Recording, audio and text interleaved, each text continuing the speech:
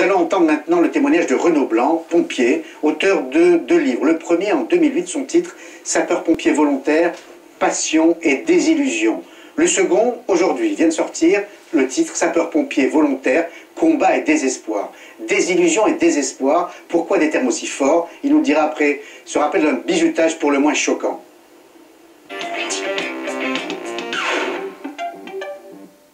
Le bizutage est un acte humiliant, dégradant, il est contraire à toutes nos valeurs et il est strictement interdit par le règlement militaire.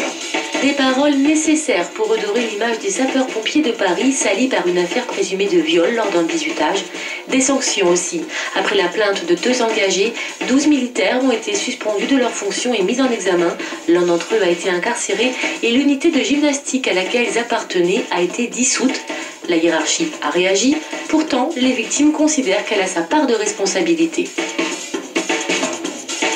Ces bizutages, ces barbaries existent depuis des années, mais qu'elles sont tues, elles sont passées sous silence, y compris jusqu'au plus haut niveau de la hiérarchie. 3 semaines après les faits, 2 versions s'opposent toujours. Les accusés reconnaissent la violence du bizutage, mais nient le viol. Des faits de violence simples, des claquages de mains sur les fesses. En tout cas, on voit aucune pénétration. Ça, c'est une certitude. Il n'y a aucune pénétration sur la vidéo. L'enquête judiciaire suit son cours.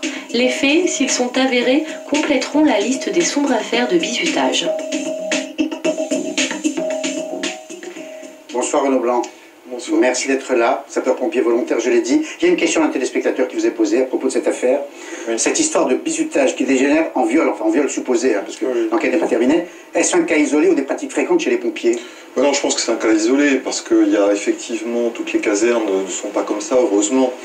Je pense qu'aujourd'hui, et c'est un petit peu ce que je décris dans mon livre, mes collègues de Paris, il faut savoir un petit peu, peut-être pour les téléspectateurs, l'organisation des sapeurs-pompiers. On a la brigade des sapeurs-pompiers de Paris, donc on a un statut militaire, on a les pompiers professionnels et on a les pompiers volontaires. Moi, je suis pompier volontaire dans le département de la Seine-Maritime. À Bolbec. À Bolbec.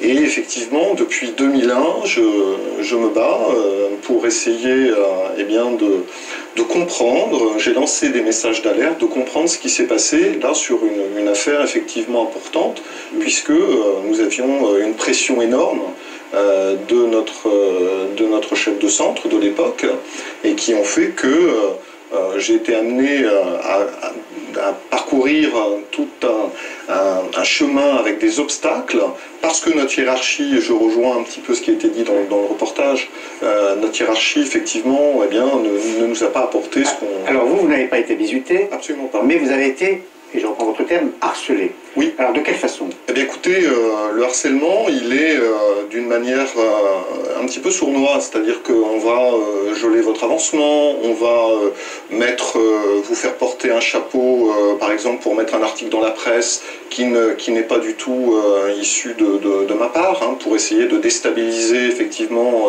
un petit peu l'opinion publique en disant qu'est-ce qui se passe, etc. Donc nos autorités eh bien, m'ont fait porter le chapeau. J'ai dû eh bien aussi souvent me battre contre des incompréhensions au niveau des astreintes, à savoir qu'il fallait qu'on monte un certain nombre d'heures qui étaient, on va dire, jusqu'à 50. Personnellement, pas 50 heures, mais on avait des personnels qui allaient jusqu'à ces heures-là. Moi, en tout cas, ce que j'ai eu, c'est de rattraper des heures sur mon temps de travail, par exemple. Alors, pression de la hiérarchie, mais aussi humiliation. Oui. Très précise. Oui, des humiliations. Écoutez, moi j'ai entendu des collègues, notamment un qui a porté des propos que j'écris dans mon livre, hein, en disant ta femme est une chienne, ou enfin voilà, on a des propos de cet ordre-là qui sont des humiliations. Plus que ça, vêtements souillés. Oui, tout à fait. Il y a aussi de l'urine sur les vêtements, de l'huile dans les bottes, etc. Alors, ça existe. Et il y a encore plus grave ce que vous racontez. On a parlé l'année dernière beaucoup de France Télécom, avec des suicides. Tout à fait. Et là, on découvre en lisant votre livre que, par exemple, un jeune garçon, Cédric, s'est suicidé en 2001. Est-ce que son suicide était vraiment lié aux conditions de travail? Parce que non, on peut pas. Parce que pour le coup, l'accusation serait très grave. Tout à fait. On peut pas annoncer ça. Ce qu'on peut dire, c'est qu'on a trouvé des écrits mentionnant le nom de ce chef de centre sur les documents donc, qui sont d'ailleurs écrits dans mon livre. On a trouvé le nom du chef de centre, notamment par rapport à la pression, etc. Donc on trouve une traçabilité, mais on ne peut pas dire aujourd'hui qu'il est responsable. Et pour le coup, vous seriez aussi prudent sur une tentative de suicide d'un garçon qui s'appelle Stéphane? Oui, alors là par contre les choses sont quand même un petit peu différentes, puisque si vous voulez, lorsqu'on a un petit peu alerté notre hiérarchie, il y a eu une première mise sous tutorat, il faut savoir qu'il y en a eu une deuxième, et il faut savoir qu'on a eu effectivement en 2006 cette tentative de suicide d'un de mes amis et collègues, sous-officier, adjudant, et qui là, effectivement, elle est beaucoup plus fondée, puisque lui-même dénonce la pression, la manipulation du chef de centre qui ont amené ce résultat. Donc là, on est quand même dans une affaire, puisqu'actuellement, donc, il y a eu une plainte de déposer. Nous avons déposé plainte, puisque depuis 2006, nous nous sommes mis au placard. Hein, donc, c'est-à-dire que j'ai dû écrire un premier livre, n'ayant pas de réponse. J'ai sorti celui-là. Il faut savoir qu'aujourd'hui, la plainte vient d'avoir un non-lieu. Et bien sûr, on fait appel de cette décision. Et cet appel donc, devrait passer au mois d'octobre.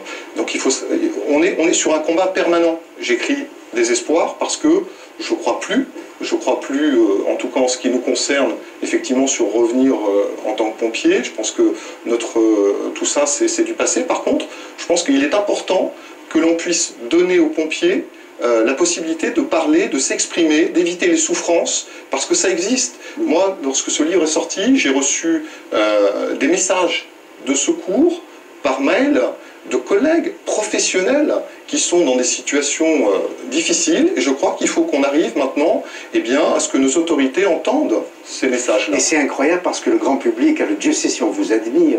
Tout à fait. De l'enfance à l'âge adulte, on admire le pompier. Souvent les enfants, quand on leur demande ce qu'ils veulent faire plus tard, c'est sapeur-pompier. Oui. Ce qu'ont fait les pompiers par exemple à New York, lors des attentats on parle de 2001, c'était absolument remarquable. Et ce que font les pompiers, c'est remarquable. Et on découvre ces pratiques, et j'avoue qu'on est très surpris.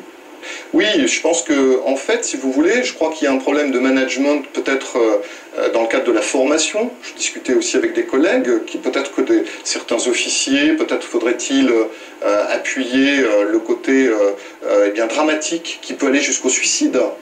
Puisque dans d'autres casernes, il y a eu des cas difficiles à régler. Et je pense qu'aujourd'hui, il faut absolument qu'on puisse donner la possibilité à tous les pompiers, qu'ils soient militaires, professionnels ou volontaires, la possibilité de s'exprimer. Et moi, je suis prêt, je l'ai déjà dit, à ouvrir ce débat. Et je ne viens pas ici, ou je n'ai pas répondu à votre invitation pour détruire cette profession que j'admire.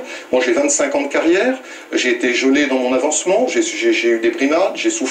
Je souffre encore, mais je suis prêt, avec mes camarades, avec d'autres collègues sapeurs-pompiers, aller de l'avant, et je crois que c'est ce qu'il faut, permettre que ce silence-là soit... non, on ne met pas sur le côté, on ne balaye pas sur le côté des problèmes. Quand vous dites silence, vous suggérez quand même que la hiérarchie sait...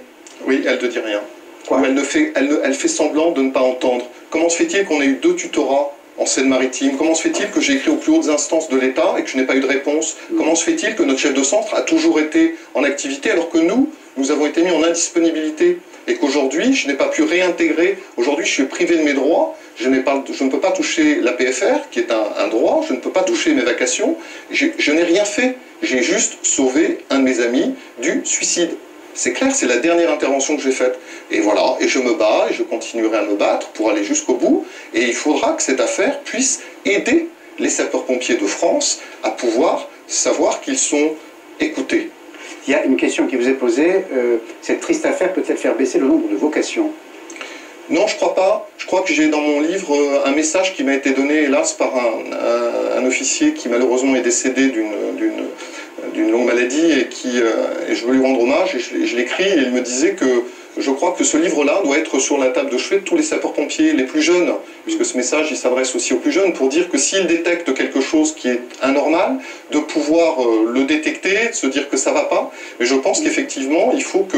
Non, les vocations, au contraire, il faut des pompiers volontaires. C'est un beau métier, je l'admire et je pense que je suis fier d'être pompier, puisque je le suis toujours, même si je suis encore au placard, avec mes deux autres collègues, Stéphane et Dominique, mais je pense que non, il faut qu'on ait les vocations. Dernier mot, le premier mot de votre livre, c'était désillusion. Oui. Il y a eu comme une gradation. Le mot du deuxième livre, c'est désespoir. Qu'est-ce qui vous rendrait espoir? D'abord que la justice puisse continuer à regarder ce dossier qui est, avec nos conseils, que je félicite au passage de nous soutenir. Je crois qu'on a un très gros dossier et je voudrais vraiment que cet homme qui nous a fait du mal, qui a détruit ma vie, qui a détruit la vie de mes collègues, puisse être puni des actes qu'il a commis au nom donc de la loi. Parce que c'est pas parce qu'on est sapeur-pompier qu'on a un uniforme qu'on peut se permettre tout. Et il y a eu des actes commis qui sont des actes répréhensibles. Ça, c'est la première chose. Et puis la deuxième, c'est de pouvoir permettre à tous ceux qui sont un petit peu dans la difficulté de s'exprimer, de pouvoir le faire. Merci beaucoup, Renaud Blanc. Merci à vous. Dans la séquence suivante, nous ouvrirons le débat sur